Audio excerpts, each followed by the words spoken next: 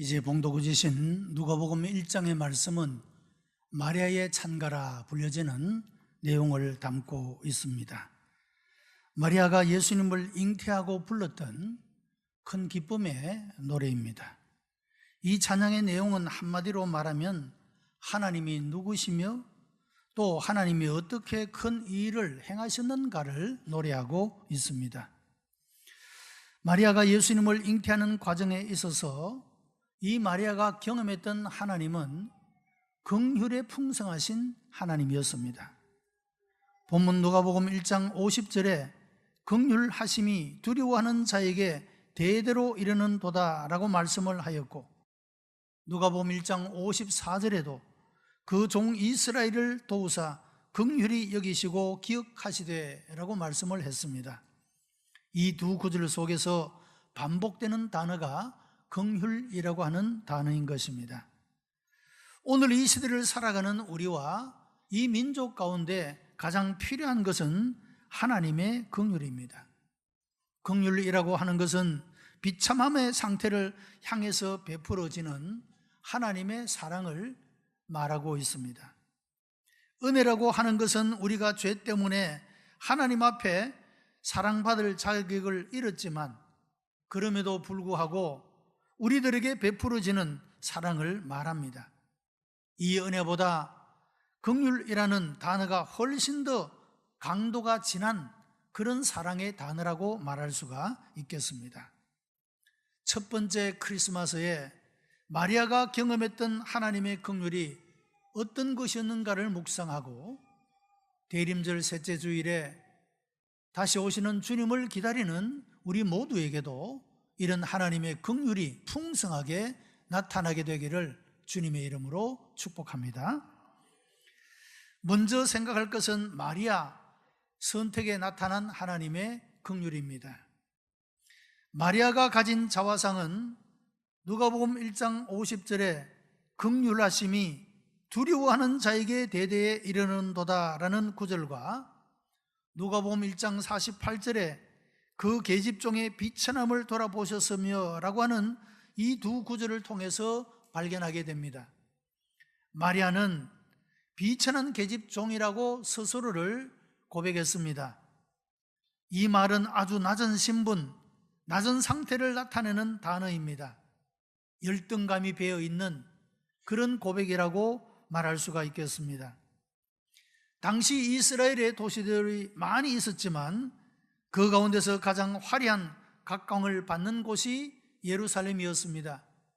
최근에 미국의 대통령인 트럼프가 예루살렘을 이스라엘의 수도라고 그렇게 인정하게 되므로 주변의 많은 나라들로부터 비난을 받게 되고, 어쩌면 이것이 또 새로운 중동의 불씨가 될 수 있지 않을까 하는 그런 염려들을 가지고 있습니다.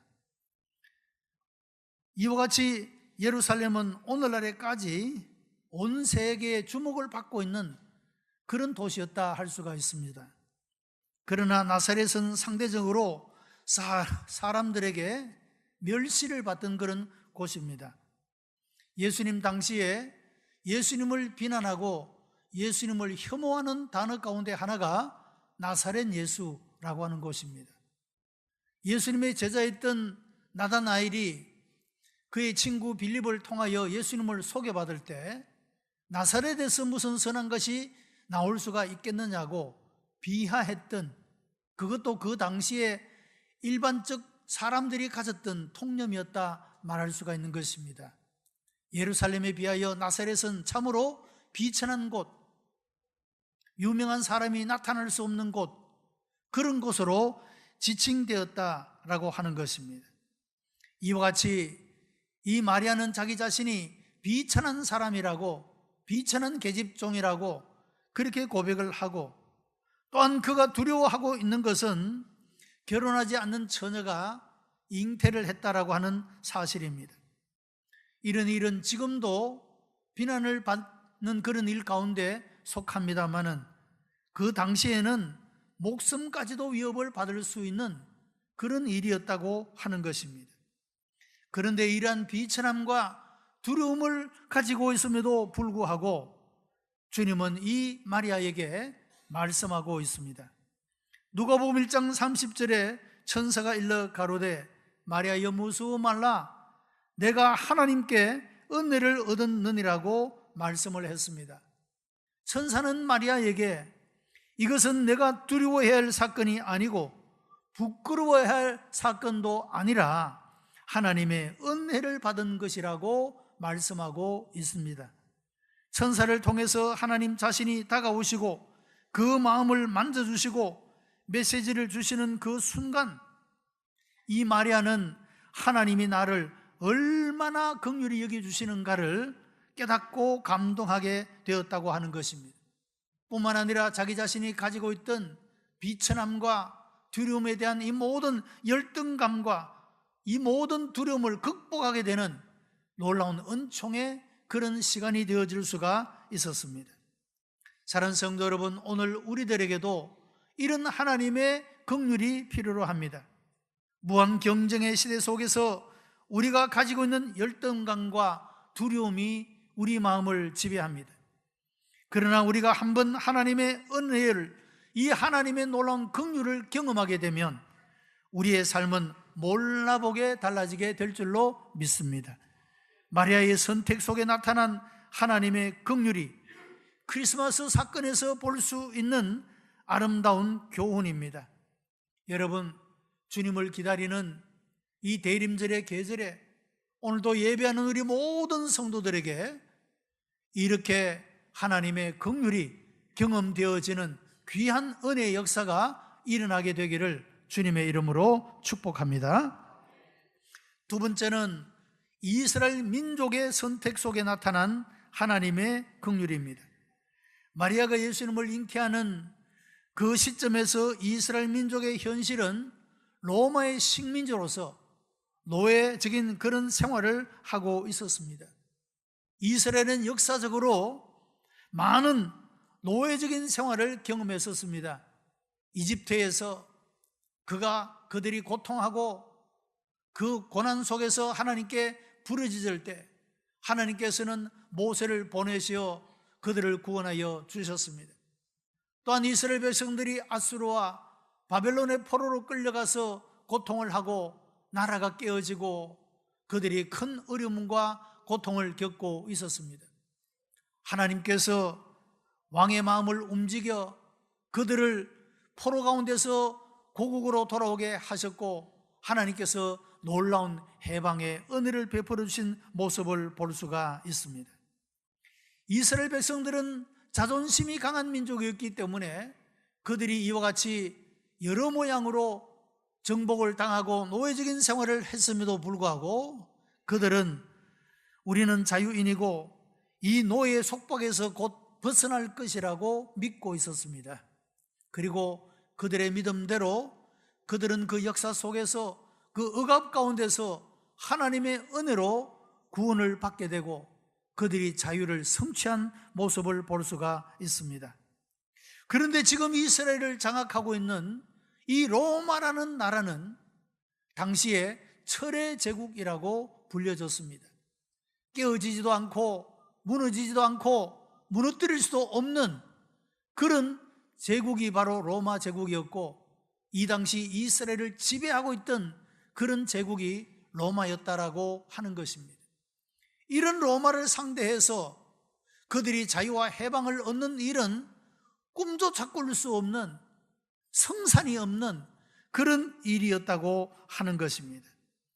이런 시점에서 마리아가 한 생명을 잉태하게 되어집니다. 천사는 말하기를 그가 성령으로 잉태한 바로 이 아기가 이스라엘이 기다리고 있던 메시아라고 말씀해 주었다라고 하는 것입니다.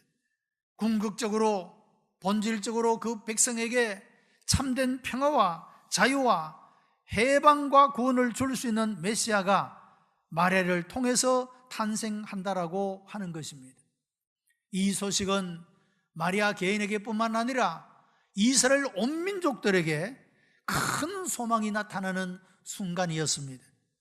로마와 싸워 이길 수 있는 아무런 성산이 없었고 미래의 희망에 대해서 단절된 민족이었던 이스라엘 민족 속에 찾아오신 이런 하나님의 긍휼이 얼마나 크고 놀라운 것인가를 생각해 볼 수가 있는 것입니다. 희망이라고는 전혀 가질 수 없는 이 민족 가운데 구원자, 온 세상을 구원할 그 메시아를 이 마리아를 통해서 하나님께서 보내주신다고 하는 이 사실은 온 이스라엘 민족들이 희망을 품고 확실한 그런 희망을 가질 수 있는 그런 놀라운 하나님의 은혜였다라고 하는 것입니다. 하나님이 싫어하는 사람은 교만한 사람입니다. 개인뿐만 아니라 교만한 가정도, 교만한 민족도 하나님이 좋아하지 않습니다. 여러분, 교만한 사람들에게 나타나는 두 가지 특성이 있는데, 하나는 자기의 잘못을 인정하지 않는다는 것입니다. 또 하나는 용서나 도움을 정직하게 구하지 않는다고 하는 것입니다. 공산주의나 사회주의에 세뇌된 사람들이 하지 않는 두 가지는 잘못했다는 말을 하지 않고 감사하다는 말을 하지 않는다라고 말합니다. 여러분, 우리가 무언가를 잘못해 놓고도 내가 이때까지 잘못했다는 말을 한 번도 하지 않고 살았다, 그만큼 교만한 사람은 없을 것입니다. 그런 사람은 하나님이 싫어하십니다. 우리가 정직하게 진실하게 우리의 잘못을 고백하고 용서를 한 번도 구해보지 않았다, 이만큼 교만한 사람은 없을 것입니다. 여러분, 우리가 정직하게 우리의 잘못을 하나님 앞에 회개하고 하나님 앞에 고백하며 나아가게 될 때 그 죄는 사함을 받게 되며 하나님께로부터 깨끗하게 하는 놀라운 은혜를 경험하게 될 것입니다. 시편 144편 15절에 여호와를 자기 하나님으로 삼는 백성은 복이 있다라고 말씀을 했습니다. 여러분, 오늘 이 나라 이 민족이 얼마나 큰 하나님의 은혜와 긍휼을 필요로 하고 있는 것이 아니겠습니까? 어쩌면 우리나라 이 백성이 얼마나 교만한지 모릅니다. 하나님을 모른다 합니다. 하나님과 원수가 되어 살아갑니다. 하나님이 싫어하시는 일들을 골라서 하고 있습니다. 심지어 하나님의 이름을 부르는 하나님의 백성들조차도 여러분, 하나님 앞에 겸손하지 못하고 우리의 잘못을, 우리의 죄악들을 고백하며 하나님 앞에 정직하게 나아가지 못하고 있는 현실이라고 하는 것입니다. 여러분, 우리 모두가 다 한 번 더 하나님이여 이 민족 가운데 하나님의 은혜와 긍휼을 베풀어 주옵소서라고 기도할 수 있어야 합니다.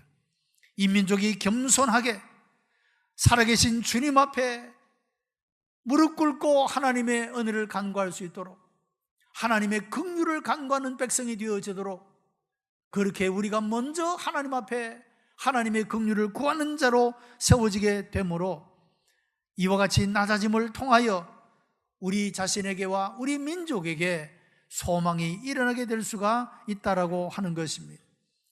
이스라엘 민족사 가운데 하나님이 그 기도를 들으시고 그 회개를 받으시고 하나님이 긍휼을 베풀어 주시어 구원자를 보내시며 구원의 은총을 베풀어 주심과 같이 하나님이여 오늘날 이 대한민국 가운데도 하나님의 긍휼을 베풀어 주시어 구원의 은총을 베풀어 주옵소서.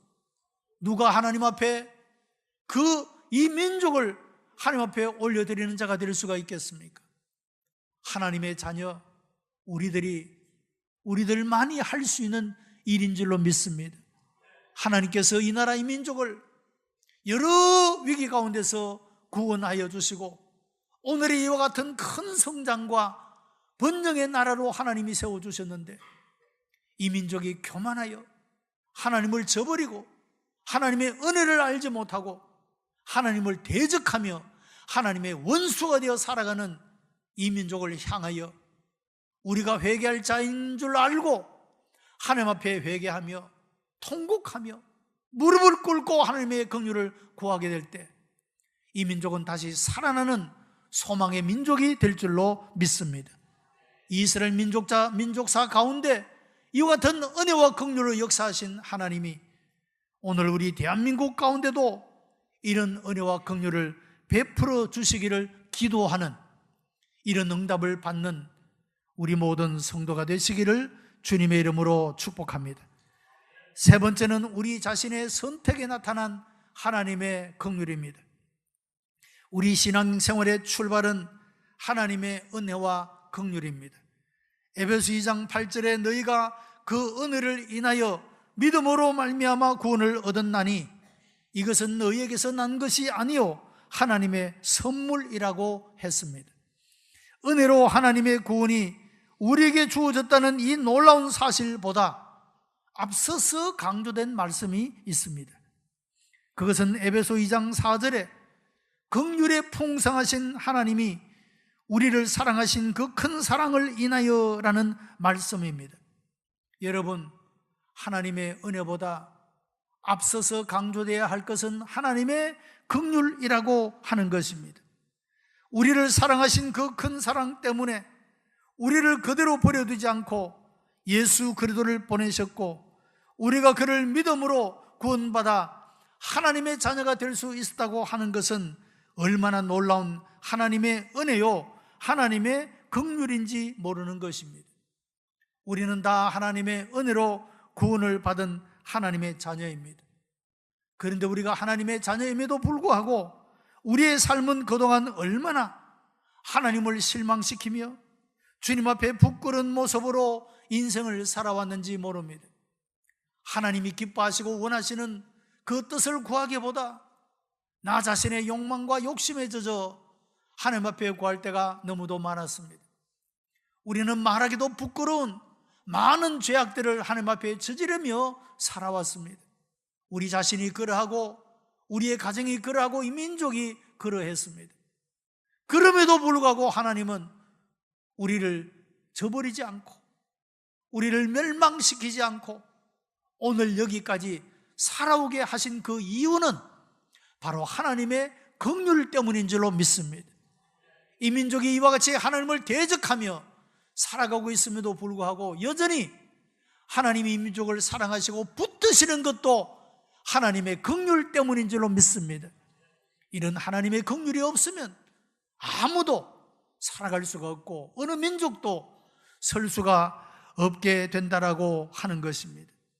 사도 바울은 자기 자신이 살아왔던 모든 인생을 돌아보며 오직 나의 나 된 것은 하나님의 은혜라고 고백하고 있습니다. 이 바울이 변화되기 전에 사울의 모습이었을 때 그의 삶의 모습이 어떠했습니까? 얼마나 포악한 행악자였는지 모릅니다. 죄인의 괴수였다라고 고백을 하고 있습니다. 하나님을 대적했습니다. 하나님과 원수가 되어 살아갔습니다. 예수 믿는 사람들을 잡아 죽였습니다. 하나님의 나라와 하나님의 복음을 파괴하는 자로 살았습니다.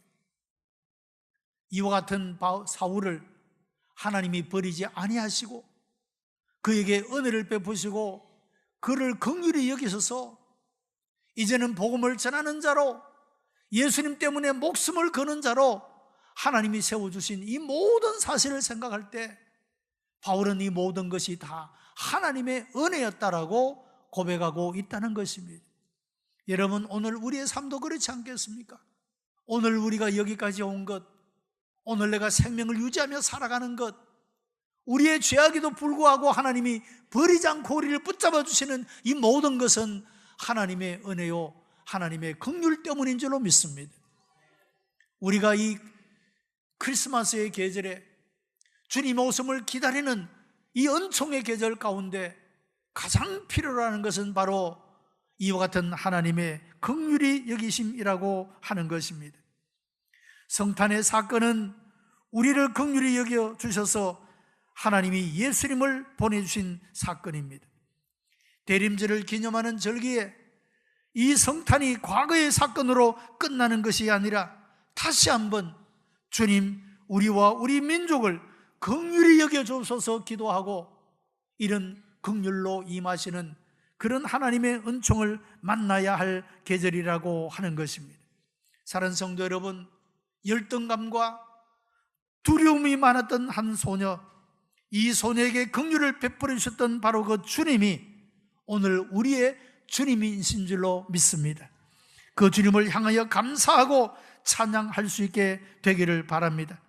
보잘것없던 이스라엘 민족을 불쌍히 여기시고 그 민족을 위해서 구세주를 보내주시고 긍휼히 여겨주시던 바로 동일하신 주님이 우리 민족의 주님이신 줄로 믿습니다.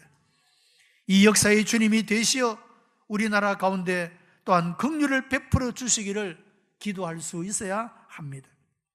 비천하고 어리며 두림이 많은 마리아가 하나님의 긍휼을 기다리고 있을 때 그 곁에 다가오신 하나님이 두려워하지 말라, 너는 하나님의 은혜를 입었다라고 하는 이 은혜의 음성을 듣는 순간에 열등감이 사라지고 하나님이 나같이 비천한 사람도 쓰시는구나 하는 감동과 감격을 가지고 찬양을 한 것이 바로 오늘의 본문의 말씀이라고 하는 것입니다. 여러분, 이것이 첫 번째 크리스마스의 사건입니다. 여러분, 크리스마스의 계절을 맞이하는 우리 모두에게도 이런 하나님의 은혜 역사가 경험되어지기를 바랍니다. 하나님이 비천하고 두려움이 많고 쓸 것도 없는 나를 하나님이 세우시고 쓰시는구나. 이 일에 부름을 받고 내가 작은 일, 여러 모양으로 하나님께 쓰임받는 일이 된다고 하는 것이 얼마나 놀라운 하나님의 은혜요 긍휼인가를 생각하며 나를 불러주신 그 하나님의 은혜를 감사하고 이 마리아처럼 마음을 다하여 힘을 다하여 하나님의 그 은혜를 감사하고 찬미하며 살아갈 수 있는 우리 복된 성도가 다 되시기를 주님의 이름으로 축복합니다. 기도하십시다. 은혜가 풍성한 하나님, 감사와 찬송과 영광을 하나님 앞에 올려드립니다. 우리를 사랑하시어 하나님의 자녀를 삼으시고 우리를 불쌍히 여겨 하나님의 팔로 안으시며 우리를 붙잡아 주시며 여기까지 인도해 주신 은혜를 감사드리옵나이다. 하나님, 이 은총의 계절에 주의 은혜를 사모하는 모든 시민들 가운데 이런 놀라운 은혜와 긍휼로 역사여 주옵시고 우리 모두가 이런 하나님의 긍휼을 체험하며 감사와 찬미가 넘치는 삶을 살아가도록 주님 함께하여 주옵시고 이 나라 인민족 가운데 이런 하나님의 은혜와 긍휼을 베풀어 주시옵소서. 구주 예수 그리스도의 이름으로 기도드리옵나이다. 아멘.